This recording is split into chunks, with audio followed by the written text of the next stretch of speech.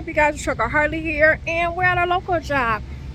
What's up, you guys? So my day starts off pretty early. I get up at 12 a.m. I have to be at work at 1. So I get myself together, get my baby dressed. Oh, what? Y'all thought I was going outside to the Benz? No, I drive a Chevy.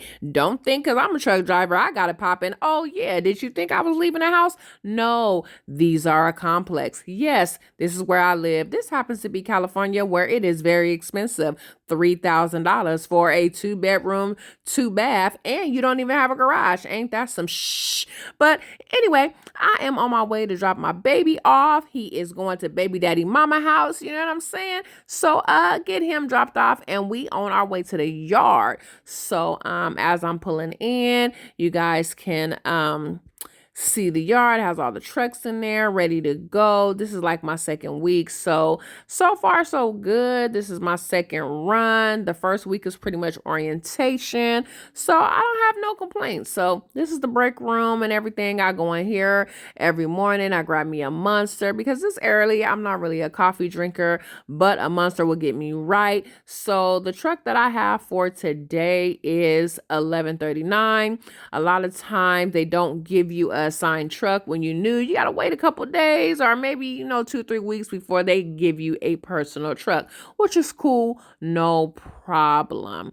And if you've been driving a while, most of the time, 9 times out of 10, they give you a nice truck. So that's always nice that I have over 5 years experience. So the trucks that I get are always, for the most part, nice.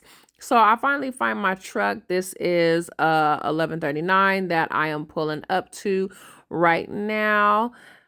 Boom. Okay, so what I'm doing right here, there is a button. It's a kill switch. So if you ever try to get into your truck and the truck doesn't cut on, look by the driver's seat and go ahead and turn that knob, and that'll go ahead and turn the circuit on so you can go ahead and start the vehicle. Okay, the vehicle is not dead. It's not the battery. Most likely it's just a circuit. If it is not the circuit and the circuit is on, then it might be your battery, your alternator, or something like that. But anyway, let's get into this pre-trip because this is the first thing that you want to do when you get to work and you see me bending over and putting my ear to the tire. What I am doing right there is listening to any air leaks. If I put my ear to the tire and I hear anything that sounds like a whistle, that lets me know that I have an air leak in my tire. So I really don't need a thumper. I can use my hands for that to kind of tap on the tires, and then I could just listen. You know what I'm saying? The more you experience you get, the less tools and all that stuff that you have to take with you to work because you pretty much know what to look for. Now, this is just me under the hood, and I'm checking my fluids and my oil. Get used to checking your oil. So pull it out, take the excess oil out, put it back in, put it under the light, see where you're at. It has lines on there to tell you exactly where it should be. So then you want to check all your cores, make sure your cores is good, nothing is loose. We're not doing all that crack, broken, or none of that. But, just make sure nothing is hanging. Look under our hood, make sure nothing is leaking. That is very important. And make sure we snap our hood back in, make sure it's tight and all that stuff. Now, all I'm going to do is move my truck out of the way and then park my vehicle where the truck was so that I could go ahead, get ready to take off.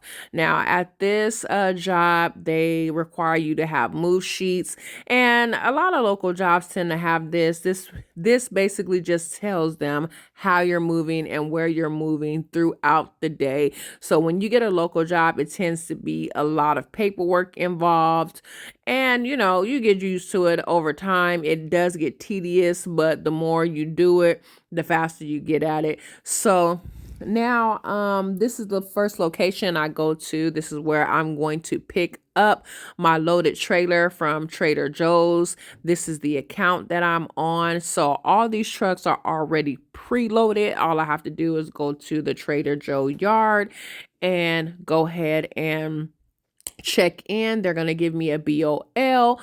And then from there, all I have to do is find my designated trailer and get ready to take that trailer to its designated place. So this is pretty much what you see me doing right here. Finding a parking space, going into the office, getting my paperwork, and looking at where it is that I am about to go. So as I jump back in the truck, I'm going over my paperwork and it tells me my starting point, which is Fontana. Now it's telling me I'm going to Tustin for my first location and I'm going to Irvine for my second location. So now I know where I'm going. The next thing I want to know is my seal. I'm making sure my seal matches to the truck because this information has to be correct with your trailer in order for you to get out of the gate. Most of the time when you're dealing with groceries, it's more heavily secured than when you're doing other type of loads, local loads, because groceries just happen to be very expensive and there's a lot of theft with groceries, so they want to make sure it's heavily regulated. So now this is the part I hate. I'm basically, going through the yard trying to chase my trailer. I finally found it. I go under, I make sure my kingpin is locked, very important. I lift my landing gear up. I put my hose in so that my lights come on and I'm good to go. Now, basically what I'm doing is I'm leaving the yard. So, I'm on my way to my first location. This is the process at this particular facility of getting out of the yard. So you have security there and they're going to go ahead and make you get out. They want you to open the door. They want to see that you have the right store number inside of there. Then they'll go ahead and lock it up for you and then they'll let you leave.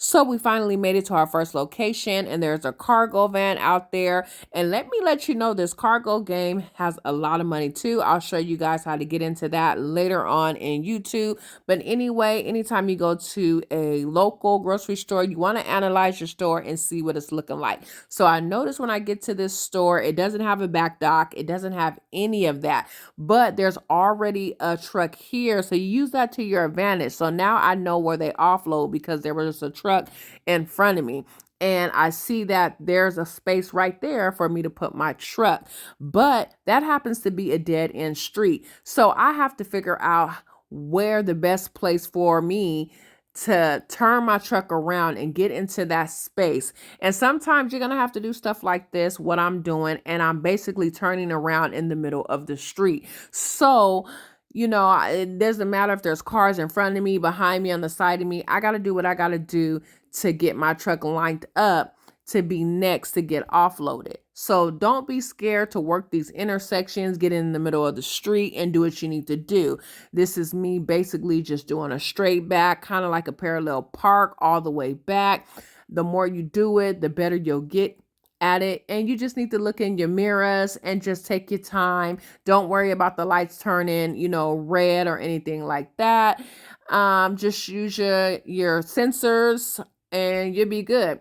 So pretty much I put my truck in the space where his truck is, and that's what you see right now.